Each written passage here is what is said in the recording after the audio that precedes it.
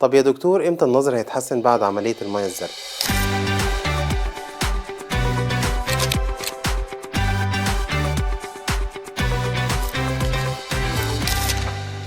المية الزرقاء يعني ضغط عالي جوه العين بيعمل ضمور في العصب البصري مستمر. عمليات المية الزرقاء هدفها ان احنا نقلل الضغط جوه العين للحد الآمن اللي ما بيحصلش عنده زيادة في الضمور ده. هدفنا ان احنا نحافظ على الموجود من العصب، نقلل الضغط على العصب اللي عمال بيموت شوية بشوية. انما لو المريض عنده مشكلة تانية مؤثرة على النظر زي القصر او طول النظر او المية البيضاء او مشاكل تانية في الشبكية، او ان المية الزرقاء ادت الى ضمور شبه كامل في الاصل وبدأ يتأثر الليفة العصبية المركزية، ساعتها العملية لن تؤدي إلى تحسن في النظر. طب ليه نعمل العملية طالما النظر مش هيتحسن؟ لأن ببساطة من غيرها في بعض المرضى هيحصل فقد كامل للنظر، كل اللي موجود هيروح، انت ساعتها مش هتقدر ترجع النظر اللي راح. هدفنا دايما ان احنا نحافظ على النظر اللي موجود وما يحصلش ضرر زيادة أو ضمور في العصب.